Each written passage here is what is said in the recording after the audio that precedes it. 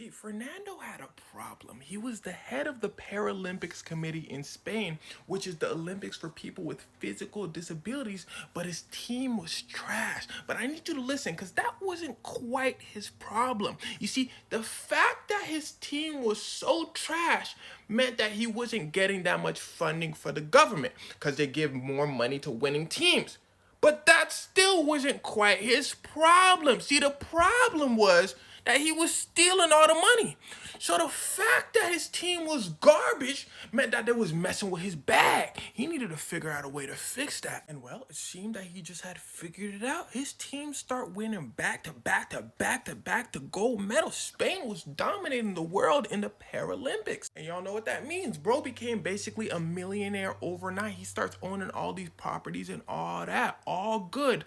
Well, not quite. Because Fernando started to get a little greedy. If you haven't guessed by now, Fernando started messing with the line as to what is considered a disability. Somebody could walk in and be like, hey man, my hearing is not that great. You in?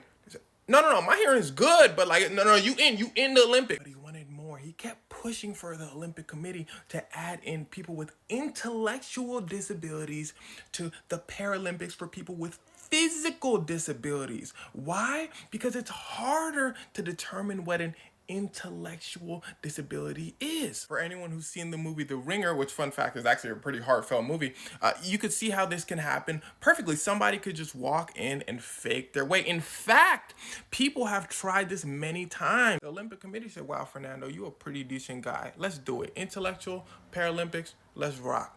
Fernando said, let's rock. So this time he took it there and decided to screw it and brought real deal hoopers. I want you to guess how many people in here have an intellectual disability. If you guess more than 2, you're wrong. But problems started coming up during their first game. Them boys is hooping. Yee, dribble, twist inside out, dunking on folk. The referee said, golly, them boys go hoop, ain't it? The coach said, huh? Call the timeout. He said, come here. What's wrong with y'all? They said, what? Coach, we out there hooping. He said, oh, I must got the team with the actual intellectual disability. They said, Coach, what that mean? He said, they mean listen, because I don't want to repeat myself. Look at the score. Tell me the score. They said, we up by 30, Coach. He said, how many points y'all got? And they said, 32. That might mean.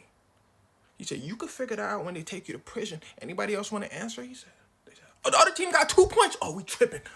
He said, if y'all boys don't start hooping like Ben Simmons and playoff James Harden, you finna be hooping with Robert Kelly.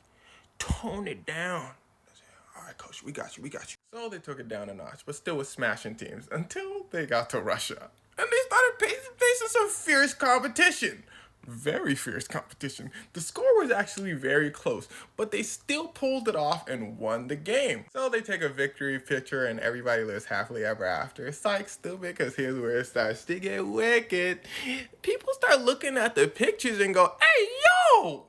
That's my lawyer. Somebody said, what you mean? Someone said, that is my lawyer. They said, nah, just because he got an intellectual disability, nah, you tripping, man. Don't do that. Other people was like, damn, I don't know much about intellectual disabilities, but I mean, them boys look like they chopping it up. He was like, nah, man, y'all can't say that, bro. Come on. They said, yeah, I guess intellectual disabilities got nothing to do with, hold on, stop. No, it ain't that Marco, that's my engineer. He said, no, hold on, this is going too far. People start getting recognized from the pictures left and right.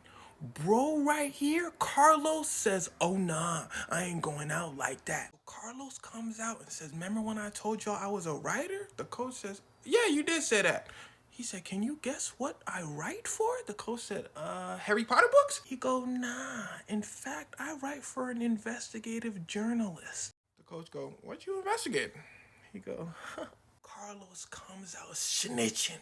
He tells it all. He says when they went to go party, they left the 2 people with the actual intellectual disabilities in the room all night. He says it wasn't just the basketball team. He said track and field. He said swimming. He said ping pong team. He said everybody was straight. And he blamed it all on Francisco. He said it was all his plan and it all had to do with him. Now Francisco comes out and says, I ain't do nothing. I ain't got nothing to do with it. I'm too, in his words, big to be looking at stuff like that. It must have been the doctors and stuff. So they do a super long investigation.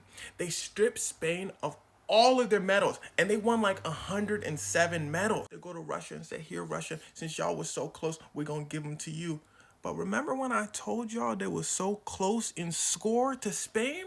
They go, Russia, can you prove to us you actually have people with intellectual disabilities? Russia go, they go, okay, do you at least have half the people in your team with intellectual disabilities? Russia go, like, Russia, do you got one person with an intellectual disability? Russia go, they go, okay. We gonna give the medals to New Zealand or Australia. New Zealand, Australia won.